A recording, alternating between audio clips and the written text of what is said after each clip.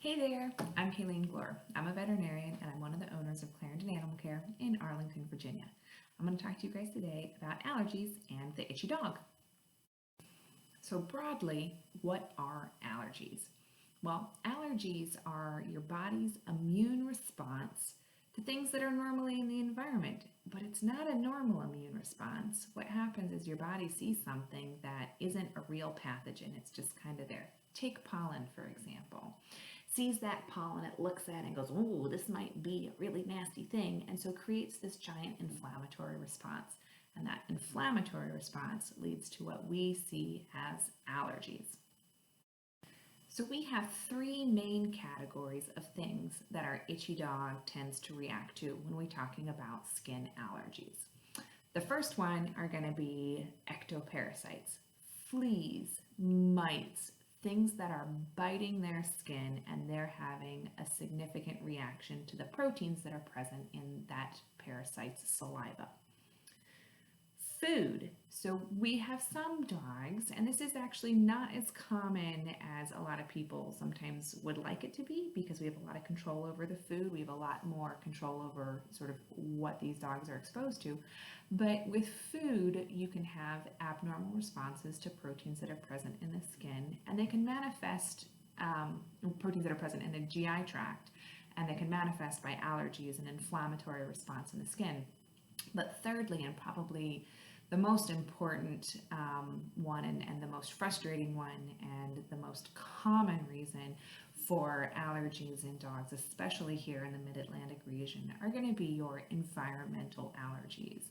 And we can split those up into seasonal allergies that are environmental and non-seasonal allergies that are also environmental. So seasonal environmental allergies, we can relate to that a lot. We've got ragweed that comes up in the fall and the spring, and people get like stuffy noses and watery eyes. Well, dogs can also have allergies to pollens and things that bloom only at certain times of the year. So certain types of grasses, certain types of trees, things that can be very local to a region of the country that they are reacting to.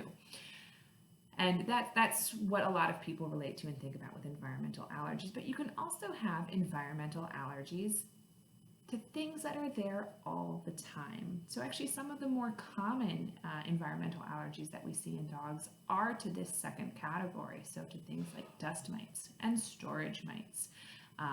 My dog growing up and who I had in vet school, we did allergy testing on her. And guess what she was allergic to? She was allergic to human dander.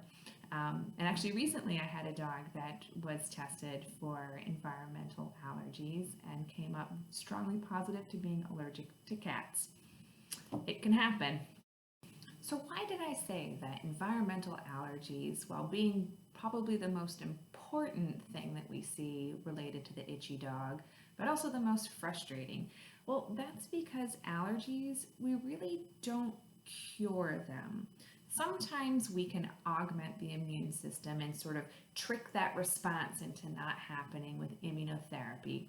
And that's everybody's goal. Like that's the dream situation. But the problem is that it often means lifelong treatment. So humans who have undergone immunotherapy, they're often giving themselves injections on a regular basis, and they often do it for many, many years or for the rest of their life. The same thing with dogs is our immunotherapy options, while awesome when they work, one, don't always work because sometimes these dogs are just allergic to far too many things for us to do appropriate immunotherapy to.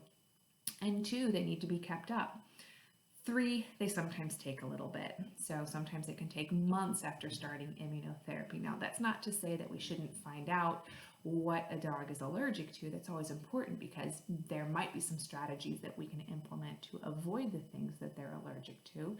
And in some cases, like I said, immunotherapy, so this is desensitization, vaccination, changing how the immune system is responding to these normal things in the environment.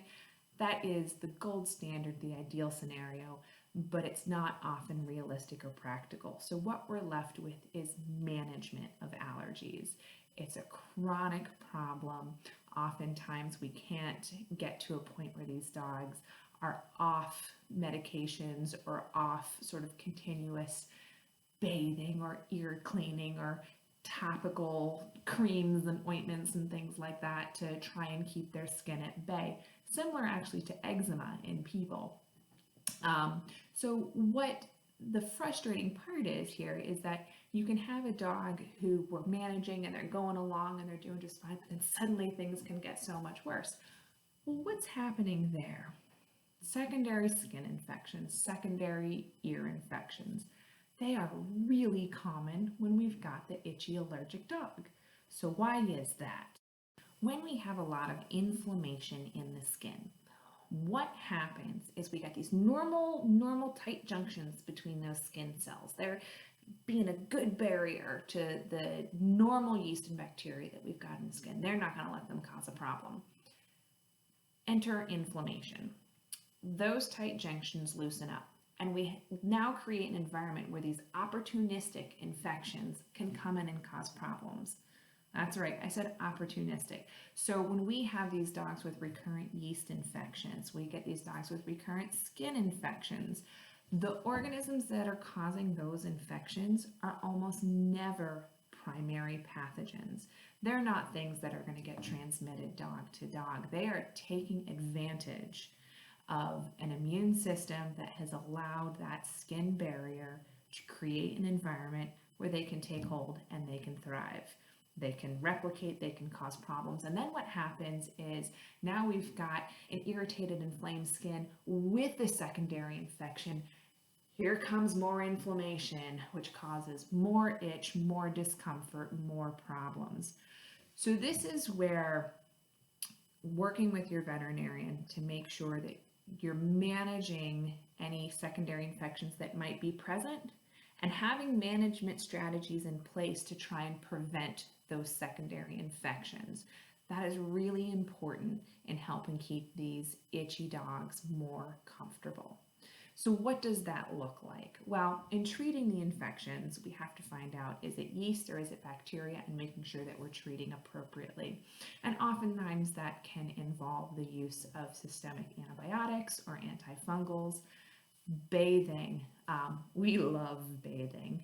Bathing is really nice because those medicated shampoos can help remove the amount of reduce the amount of yeast and bacteria that are present on the skin, so there's less organisms there who have the opportunity to create a secondary infection. They also can remove some of the actual physical allergen that's present on the skin, driving that initial inflammatory reaction. So bathing is likely one of the hallmarks and foundations of a lot of itchy dog management strategies. And this may or may not surprise you, but we're often asking our pet parents to bathe their dogs fairly frequently. So when they're flared up and we've got a secondary skin infection going on, we're often asking them to be bathed 2, sometimes even 3 times a week. And it's really important how we do this too. We're not just trying to get them clean. We're trying to get them the antiseptics that are in that shampoo, the sort of calming anti-itch properties that are in these medicated shampoos, have enough contact time with that skin so they have an opportunity to kill those secondary yeast and bacteria and help provide some itch relief to that skin. Because if we can get itch relief, we're also going to lessen the risk of secondary infections. So you guessed it, bathing is part of a management strategy to prevent skin infections as well. So oftentimes once I get these guys under control, we'll have a regular bathing routine. And it might be once a week, it might be every other week, it might be once a month, but oftentimes when I've got these allergic, itchy dogs, bathing is part of their routine. And then there's a lot of prescription and over-the-counter medications that we'll often end up using to help reduce the inflammatory response in the skin and help reduce that itch response. On the over-the-counter side of things, we'll often use fish oils, so high doses of omega-3 fatty acids, that EPA and DHA, can have some nice anti-inflammatory properties. It's not always appropriate to use in a dog, especially one that's, say, might be prone to pancreatitis.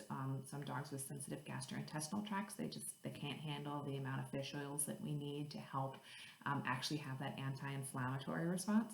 But other things that we'll sometimes reach for are going to be antihistamines.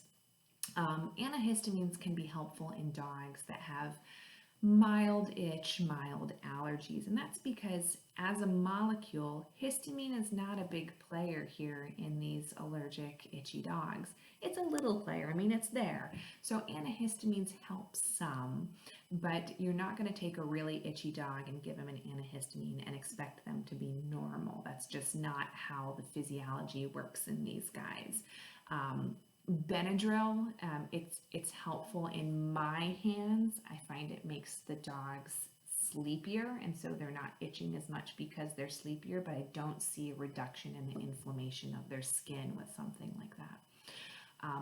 Other drugs that, for those of you who've got that itchy allergic dog that you might have heard of before, steroids. Steroids are really potent anti-inflammatories, and like we discussed, inflammation is the hallmark, the foundation, the reason why these itchy dogs are such a problem. It's the inflammation in their skin.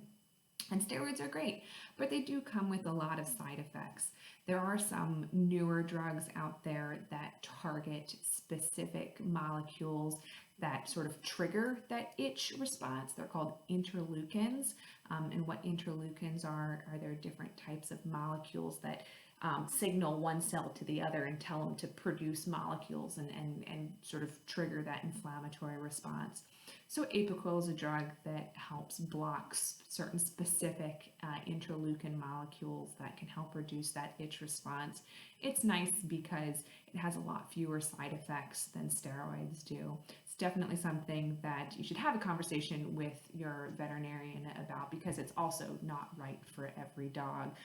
We get to be a little bit hesitant about using a drug like that in a dog that might be prone to certain types of cancers. And then there's another product out there called Cytopoint. That's actually an antibody. And what it does is it blocks a molecule called interleukin 31 so it can't bind to the cell. And that's nice because it's not a drug, it's a biologic.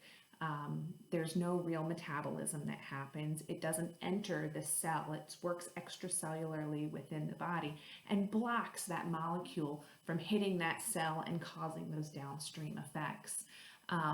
But the problem with it is that it's short-lived. So in dogs that have mild, very specific seasonal allergies, it might do a great job in reducing their itch for 8 to 12 weeks. In dogs with really severe allergies, it might only help for a week or two. On average, it's about every 4 weeks that these guys end up getting these injections, and that's long term. Sometimes we'll use a lot of these different drugs and therapies and shampoos and supplements. We'll use them all together.